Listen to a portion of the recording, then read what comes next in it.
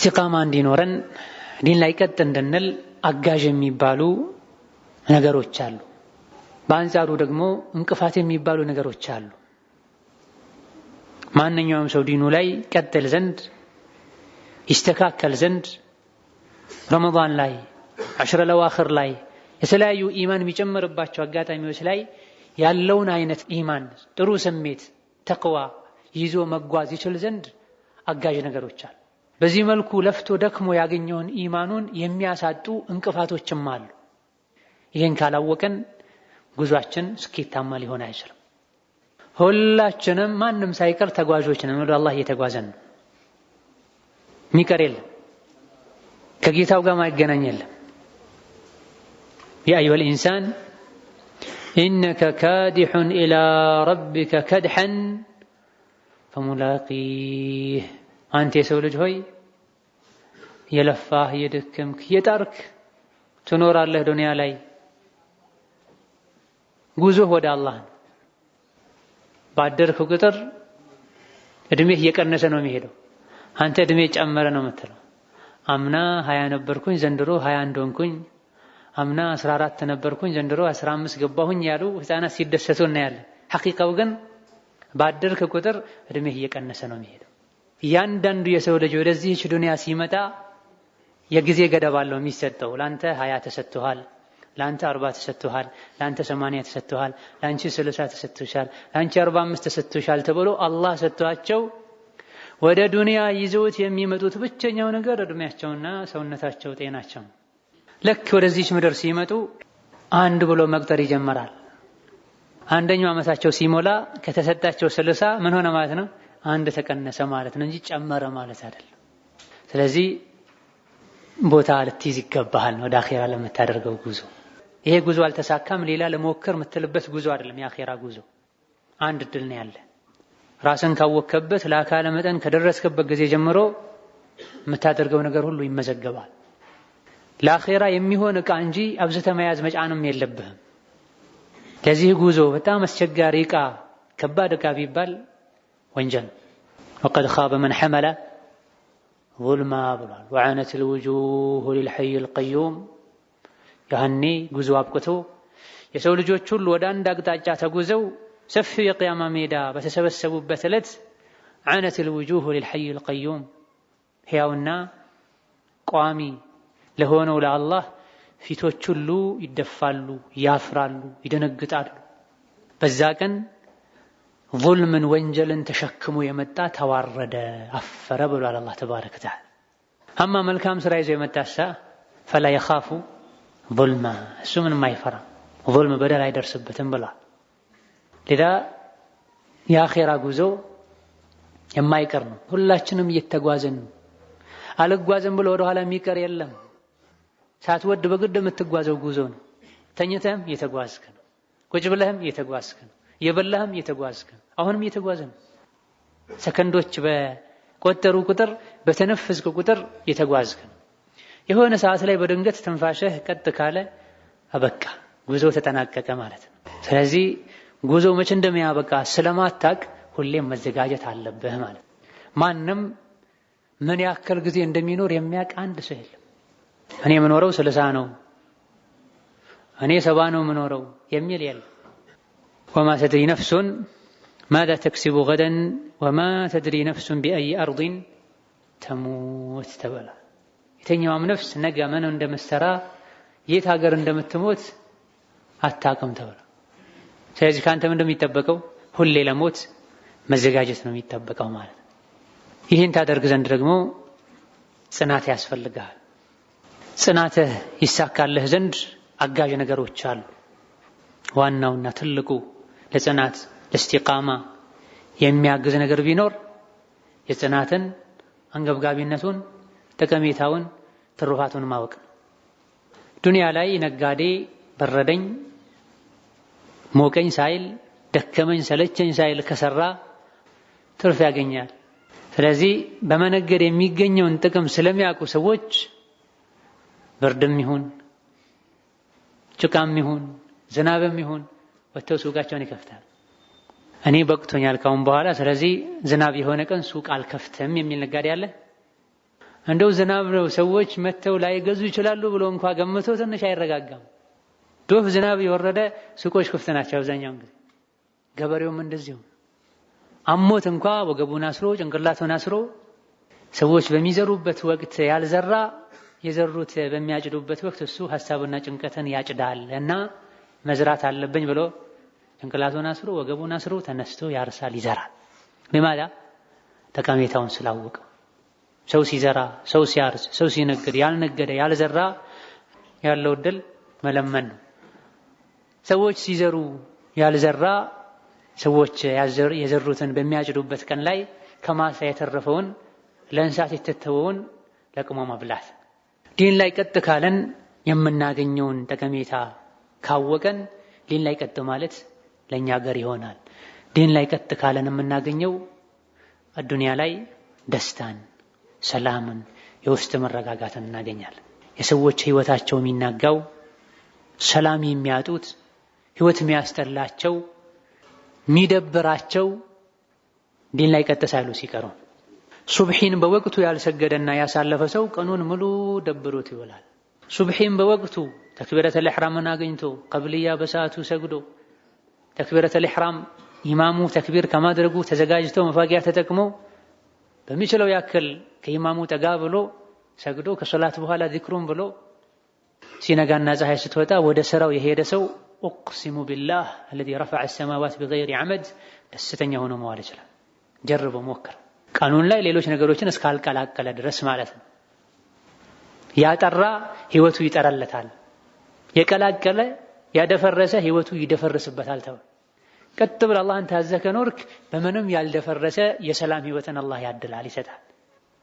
አይከፋህም፣ አትበሳጭ። የሚያበሳጩ የሚያስከፉ ነገሮች አይደርሱብህም ማለት አይደለም። ትቋቋማለህ። መቋቋምን አቅም አላህ ይሰጣል። ቀጥ ባልከ ቁጥር በጠነከርክ ቁጥር የሚመጡ ነገሮችን ሁሉ ገፍትረህ የመምታተን አቅም ታገኛለህ ማለት ነው። ስሜትን በተከተልከ ቁጥር ትናንሽ ነገሮች ሲነኩ ትወድቃለህ ማለት ይከፋሃል። በትንሹ ከደሞዜ የተወሰነ ፐርሰንት ተቀነሰብኝ ብሎ ታንቆ የሚሞት ሰው አለ። የእሱ ዓላማው ጭንቁ መብላት ብቻ ስለሆነ ማለት ነው።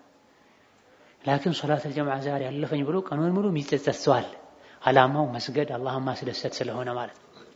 ለዚህ ነው ከደጋ ቀደምቶች ማለት አንዱ ልጄ ሞታብኝ ይሄን ያክል ቁጥር ያለው ሰው አላህ ሶብር ይስጥህ ብሎ አጽናናኝ አሉ። በዛ ቀን ግን ሶላት አልዐስር ስላለፈኝ ከአቡ ኢስሐቅ አልቡኻሪ ውጪ ማንም አላህ ሶብር ይስጥህ ያለኝ ሰው የለም አሉ። ተመልከት፣ ልጄ ስለሞተች እጅግ በጣም ብዙ ሰው አጽናናኝ፣ አላህ ሶብር ይስጥህ አለኝ። በዛ ቀን ለቅሶ ላይ ሆኖ ሶላት አልዐስር ጀማዓ ስላመለጠኝ ግን አላህ ሶብር ይስጥህ ያለኝ ሰው አላገኘሁም ማን እንጂ አቡ ኢስሐቅ አልቡኻሪ እንጂ አሉ። ያሳሰበው ሶላት አልዐስር ማለፉ። فمن أعرض عن ذكري فإن له معيشة ضنكا እኔን ቸላ ያለ መመሪያዬን የጣሰ በጥበት በጭንቀት የተሞላ ህይወት አለለት ብሏል ዱንያ ላይ። የቂያም ቀን ደግሞ እውር ሆኖ ይቀሰቀሳል ብሏል። የቂያም ቀን አይደለም እውር ተኮኖ አይነህ ያየ ራሱ መንገዱ ጉዞ ከባድ። ارجعوا وراءكم فالتمسوا نورا የሚባልበት ቀን ነው። አይናቸው ለሚያይ ሁሉ ማለት ነው። ለዳ እስቲቃማ ከሚሰጠው ጥቅም አንዱ በህይወት ደስተኛ ትሆናለህ። በዲኑ ላይ ቀጥ እንዳለ ሰው ደስተኛ ማንም የለም እዚህ ምድር ላይ።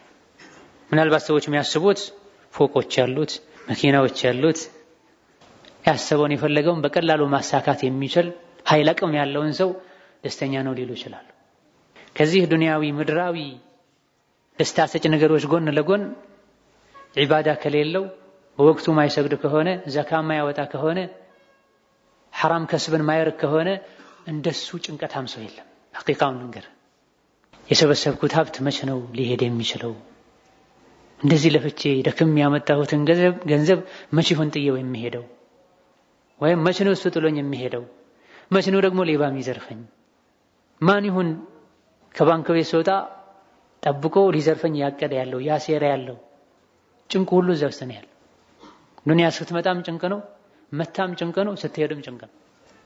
ስለዚህ ትክክለኛ ደስተኛ ማለት ሁሌ አላህን የሚታዘዝ አላህን የሚያስታውስ ዲኑ ላይ ቀጥ ያለ ሰው። من عمل صالحا من ذكر أو أنثى وهو مؤمن فلنحيينه حياة طيبة። በአላህ ያመነ መልካም ስራን የሰራ ወንድም ይሁን ሴት ደስ የሚል ኑሮ እናኖረዋለን ብለዋል። ደስ የሚል ኑሮ ማለት ፎቅ ላይ መኖር ማለት አይደለም፣ ቪላ ቤት ላይ መኖር ማለት አይደለም። ስንትና ስንት ያማሩ ውጫቸውን ስታያቸው ማሻአላህ የሚያስብሉ ቤቶች አሉ። ውስጣቸው ግን እሳት፣ ሰላም የለም። ባልና ሚስት ሁሌ እንደተጨቃጨቁ ነው። ልጅ ሁሌ አባቱን እንዳስከፋ ነው። አባት ሁሌ ልጁ ላይ እንደፎከረ ነው። ከግድግዳ ጋር እንዳጋጨ ነው። ከውጭ ስታየው ፎቅ ሆነ አማረ እንጂ ውስጡ ሰላም የለም። በአንጻሩ ደግሞ ስንትና ስንት የሸራ ቤቶች አሉ፣ የቆርቆሮ ቤቶች አሉ። ዝናብ በመጣ ቁጥር ሁሉ ያዝናሉ፣ ይደነገጣሉ። ነገር ግን ቤቱ የፍቅር የሰላም ቤት፣ የሚከባበሩ፣ የሚፈቃቀሩ፣ የሚጎራረሱ፣ የሚተቃቀፉ ሰዎች ያሉበት ቤት። ምንድነው ምስጢሩ? እነዚህ አላህ ባዘዛቸው መሰረት የሚሄዱ ሰዎች ናቸው። እነዚያ ሸይጣን ባዘዛቸው መሰረት የሚሄዱ ሰዎች ናቸው። إذا قيل فلست أرى السعادة جمع مال ولكن التقي هو السعيد. ደስተኛ ማለት ብር ወርቅ የሰበሰበ ማለት አይደለም። ደስተኛ ማለት አላህን የፈራ ሰው ነው።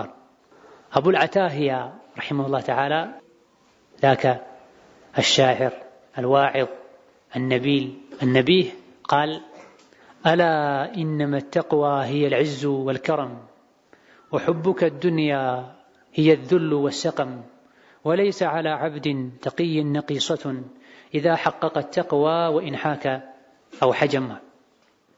حبك الدنيا هي الذل والسقم. دنيا مودد وردتنا بشتها مالتي هي نوال. الله تبارك وتعالى متاززنا مفرات يعززون متكبر يكلكلون مكلكل كبر مالتي هي نوال. عند سو تككلنيا يا الله باريا كهوننا ጌታው ባዘዘው መሰረት ቀጥ ካለ ምንም አይነት እንከንና ጉድለት የለበትም። የሚሰራው ስራው ዋግምት ቢሆን ብረት ቀጥቃጭ ቢሆን እንኳን አላህን ከፈራ ዲኑ ላይ ቀጥ ካለ ጉድለት የለበትም፣ አይብ የለበትም። የሚሰራው ስራ ማህበረሰቡ ዘንድ የሚናቅ ስራ እንኳን ቢሆን ወይን ሐከ አው ሐጀም ብረት ቀጥቃጭ ቢሆን ልብስ ሰፊ ቢሆን ጫማ ጠባቂ ወይም ሻጭ ቢሆን እንኳ አላህን ከፈራና ተቅዋን ካስተካከለ እንደሱ ትልቅ ሰው የለም። ዱንያን ወዶ ያ ዱንያ ባሪያ እንደሆነ ሰው ደግሞ ሸቂይና በሽተኛ ሰው የለም። ለዛ ደስታን የፈለገ ሰው ሁሌ አላህን ሊፈራ ይገባዋል። በእስቲቃማ ቀጥ በማለት ህይወት ላይ ደስተኛ መሆንን እንታደላለን። ሁለተኛው በምንሞትበት ጊዜ አላህ ጽናትን ይሰጠናል። ዲኑ ላይ ቀጥ ያለ ሰው፣ አላህ ያዘዘውን ሁሌ የታዘዘ ሰው፣ አላህ የከለከለውን ሁሌ የትም መቼም ሆኖ የተከለከለ ሰው ከሚያገኛቸው ጠቀሜታዎች መሃል አንዱ ጣረሞት ላይ ስካር ላይ አላህ ጽናትን ይሰጠዋል። ደጋግ ባሮቹን እንቅልፍ ያሳጣ ቀን ሳይበሉ እንዲውሉ ያደረገ የዱንያን ደስታ እንዲርቁ ያደረገው የፍጻሜ ጉዳይ ነው፣ የኻቲማ ጉዳይ ነው። አብዱራህማን ኢብኑ አሕመድ የሚባሉት ታዋቂው ኢማም አልሓፊዝ ኢብኑ ረጀብ አልሐንበሊ ረሒመሁላህ ተዓላ ብዙ ጊዜ ሰዎች ኻቲማቸው የሚበላሸው በድብቅ የሚሰሩት ወንጀል ሲኖር ነው ብለዋል። ብዙ ሰዎች ኻቲማቸው የሚበላሸው ሊተውት ያልቻሉ ወይም ሊተውት የማይፈልጉት በቋሚነት ሆን ብለው እንደ ደም ስራቸው እንደ ኦክሲጅን አድርገው ይዘውት እዛው ላይ ጸንተው የሚሞቱበት ወንጀል ካለ ነው ብለው ወማ ረቡከ ቢዘላሚን ሊልዓቢድ አላህ ባሮቹን አይበደል። ህይወቱን ቀጥ ባለ መልኩ ሲመራ የነበረ ሰው ዱንያን ሲሰናበትም በአማረ መልኩ እንዲሰናበት አላህ ያደርገዋል። ያ ዱንያ ቆይታው ላይ ሲቀላቀል የነበረ ሰው አላህ ተባረከ ወተዓላ ይቀላቀልበታል። እነዚያ ወንጀልን የሚሰሩ ማታ በተኙበት አላህ ተባረከ ወተዓላ ሊያጠፋቸው እንደሚችል አያውቁም እንዴ? ረፈር ላይ ባረፉበት ሊያጠፋቸው እንደሚችል አያውቁም እንዴ? አፈአሚኑ መክረላህ ፈላ የእመኑ መክረላህ ኢላ አልቀውሙል ኻሲሩን። ዲኑ ላይ ቀጥ ያለ ሰው ዱንያ ላይ በሚሞትበት ጊዜ አይከስርም፣ ሚይዘውን አያጣም፣ አይጨናነቅም። ይልቁንም በኢማኑ ልክ ሞት ሲመጣ ደስ ሊለው ይችላል። ስናፍቀህ ነበር እንኳን መጣህ የሚሉ የአላህ ባሮች አሉ። ሞትን ስናፍቀህ ነበር እንኳን መጣህ የሚሉ የአላህ ባሮች አሉ። ያአላህ የዱንያ ፈተና በዝቷል ውሰደኝ ካንተ በሰላም አገናኘኝ እያሉ ዱዓ የሚያደርጉ የአላህ ባሮች አንተ ጋር ኸይር ካለኝ አንድ ረክዓ ሶላት ተቀበለኝ ከሆነ ውሰደኝ የሚሉ ዱዓ የሚያደርጋል። ወላኪን ይሄን እንኳን ደፍረው እንዳይሉ የኻቲማ ነገር የሚያሳስባቸው ብዙ የአላህ ባሮች አሉ። ሱፊያን ወማ አድራኩም ማ ሱፊያን ሰይዱል ዑባድ ወዙሃድ ጣረሞት ላይ ሆነው በጣም ተጨናነቁ፣ ተረበሹ። አንተ በዒባዳ አላህን በመፍራት በኢማን የምትታወቅ ሰው ነህ፣ ምን ነው ይሄ መጨነቅ ምንድን ነው ሲሏቸው ከመሬት ላይ ትንሽዬ ብናኝን ነገር አነሱና ወንጀልንማ ይችን ታክል እንኳን አልፈራም ምን ያሉ ራሳቸውን ያውቃል። አንዳንድ ሰዎችን ደጋግ ቀደምቶች ታሪካቸውን ሲናገሩ እገሌ ጋር ከሄድክ እማ ቁርአን ሲቀራ ወይማ ዝክር ሲል ወይማ ሲማር ወይማ ሲያስተምር ወይማ ሲሰግድ ነው የምታየው። የሱን አህዋል ከማየትህ አንፃር እንደ ወንጀል ስራ ቢባል ወንጀል እንዴት ነው የሚሰራው አያቅም ትላለህ ይለው ነበር።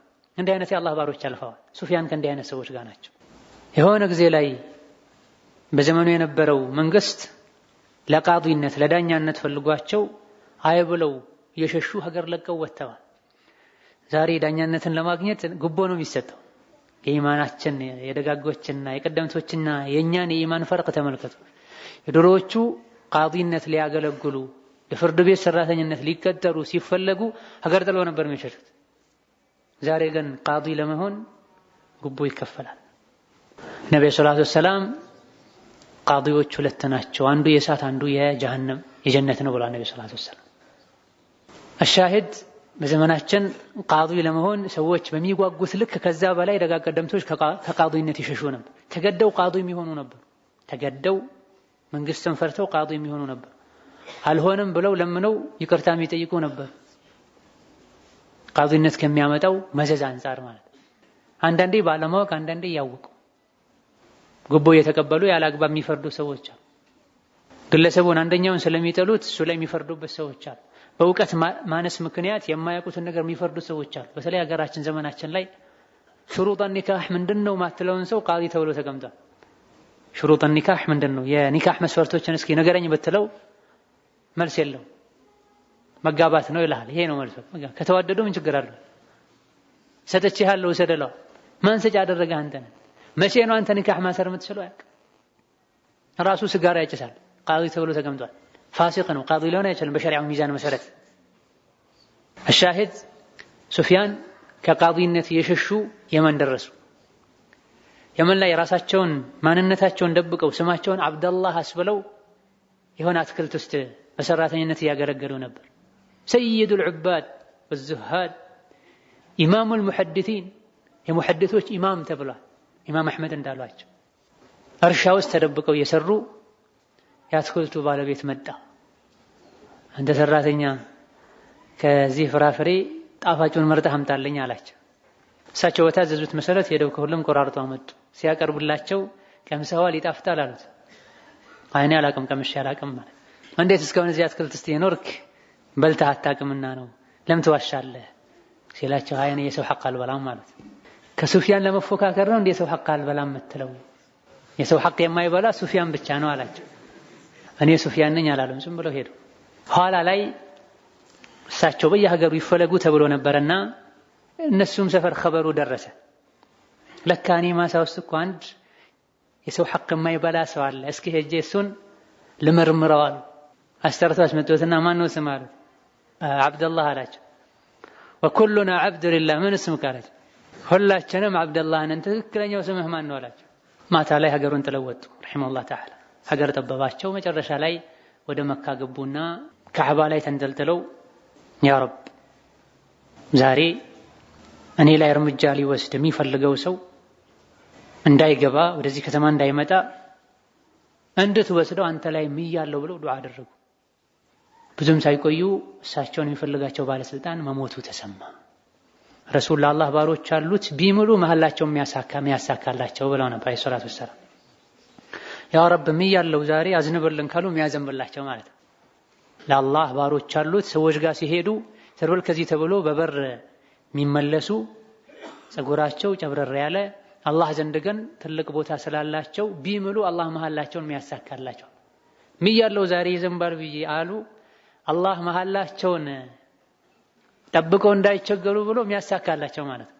ሱፊያን ከእንዲህ አይነት ሰዎች መሃል አንዱ ነበር። አቅሰምቱ ዐለይከ አላ የድኹለነሃ እኔ መካ አንተ ቤት ውስጥ ገብቻለሁ ጌታዬ ባንተም እያለሁ እንዳይመጣ እንዳይገባ። ብዙም ሳይቆዩ ሞተ የሚፈልግህ ባለስልጣን ተባሉ፣ ወፋ ያሉ። በዚህ መልኩ የኖሩት ሱፊያን ረሒመሁላህ ተዓላ ሲሞቱ አካባቢ ላይ በጣም ሲጨናነቁ ሲታዩ ምን ነው አንተ ወንጀለኛ አይደለህ ለምን ትሆናለህ ሲባሉ ብናኝን አንስተው ወንጀልንማ እቺን ታክል እንኳን አልፈራም በፈራው ኻቲማዬ እንዳይበላሽ ነው። እኛ ታዲያ ኻቲማን ማንፈራበት ምክንያት ምንድነው? ብዙ ጊዜ ኻቲማ የሚበላሸው ወንጀል ሲኖር፣ ሞት ለምን ያሳስበንም? ወንጀል እየሰራን ልንሞት እንደምንችል፣ የሶላት ወቅት ያለፈ ተኝተን በዛው ጸጥ ልንል እንደምንችል፣ የሰው ሐቅ በዘረፍንበት ስሙን ባጠፋንበት ወሲያ ሳንናገር ሳንመለስ ልንሞት እንደምንችል፣ በአይን በጆሮ በመላስ የተሰሩ ወንጀሎች ከኛው ጋር እያሉ ሳንተውበት ልንሞት እንደምንችል ለምን አንገምትም? ሞት ማንም ጋር ሲመጣ ልመጣ ነው ተዘጋጅ ብሎ አልመጣም። እስከዛሬ ቀኑን ቀጠሮን ጠብቆ ነው የሚመጣው። ማንኛውም ሰው ደግሞ ከሞት ጋር ድርድር አድርጎ ሞት አስተያየት ላይ ያደርግለት አይችልም። ተልኮ ነው የሚመጣው፣ ተልኮን ፈጽሞ ነው የሚሄደው። ሙሳ አለይሂ ሰላም መለከል መውት ወደ እሳቸው ሲመጣ አጀላቸው ደርሶ ተዘጋጅ ልገድልህን አላቸው። ነብይ ስለሆኑ አናገራቸው። ማነህ አንተ ሲሉት መለከል መውት አላቸው። በጥፍ ያሉትና አይኑን ተፍቶ ሄደ መለከል መውት።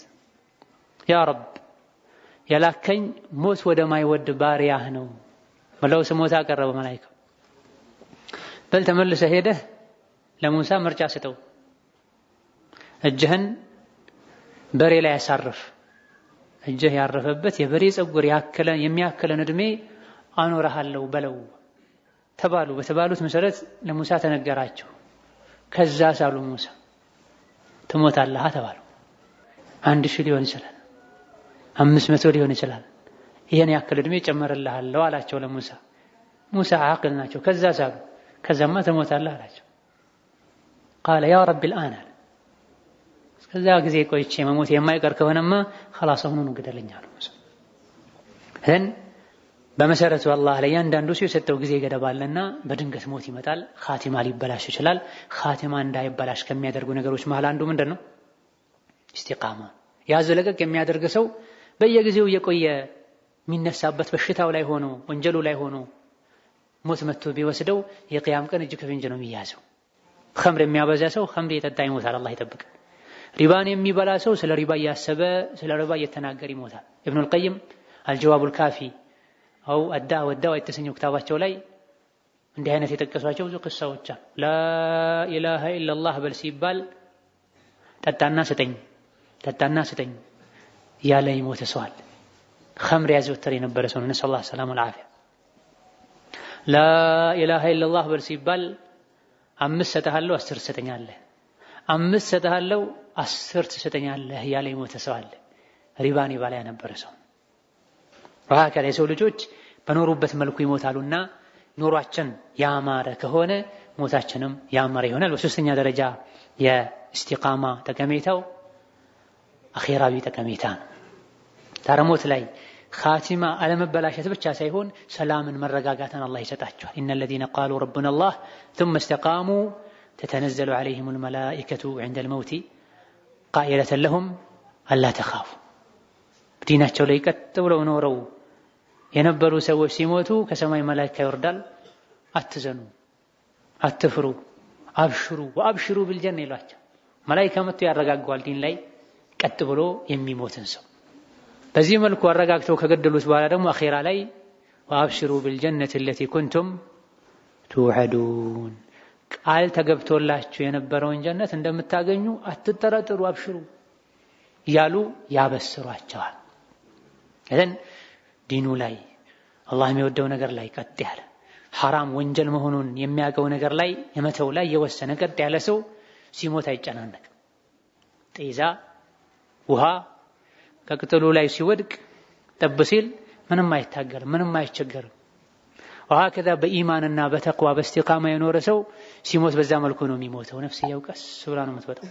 ወንጀል ሲሰራና አላህን ሲያስቆጣ የቆየ ሰው በሚሞትበት ጊዜ ጋቢህን ወይም ደግሞ ሹራብህን አጥበኸው ግራር ዛፍ ታውቃላችሁ አይደል? ምን አለ ላዩ ላይ እሾህ አለ። ጋቢህን ካጠብከው በኋላ ወይም ደግሞ የብርድ ሹራብህን ካጠብከው በኋላ ወዲያውኑ እዛ ላይ ዘርግፈህ አስተተኸው አይ ይሄ ቦታ አይሆንም ላንሳው ብትል አይነሳም። ተበጣጥሶ ተነጫጭቶ እንጂ በወንጀልና አላህን በማስቆጣት የቆየ ሰውም ነፍሱ ስትወጣ በዛ መልኩ ነው። መላእክቶች ነው ውጭ ይሏታል፣ እሷ አልወጣም ትላለች። ሰውነቱ ላይ በሙሉ ትሰራጫለች። يضربون وجوههم وأدبارهم ፊት ግንባራቸውን የመቱ ጀርባቸውን የመቱ ነው ውጭ ወደ አላህ ቁጣ ያሉ ጎተታው ያወጣታል። ስጋቱ ከዚህ ይጀምራል። ዲኑ ላይ ቀጥ ያለ ሰው ግን እንዲህ አይነት ስቃይ የማይደርስበትም ከሞተ በኋላም ደግሞ አብሽር ጀነት አለልህ ነው የሚባለው። ይሄን ለማግኘት ዲን ላይ መጽናት መጠንከር ያስፈልጋል። መጠንከርና መበርታት እንችል ዘንድ የሚያግዙ ወሳኝ ነጥቦች አሉ። አንደኛው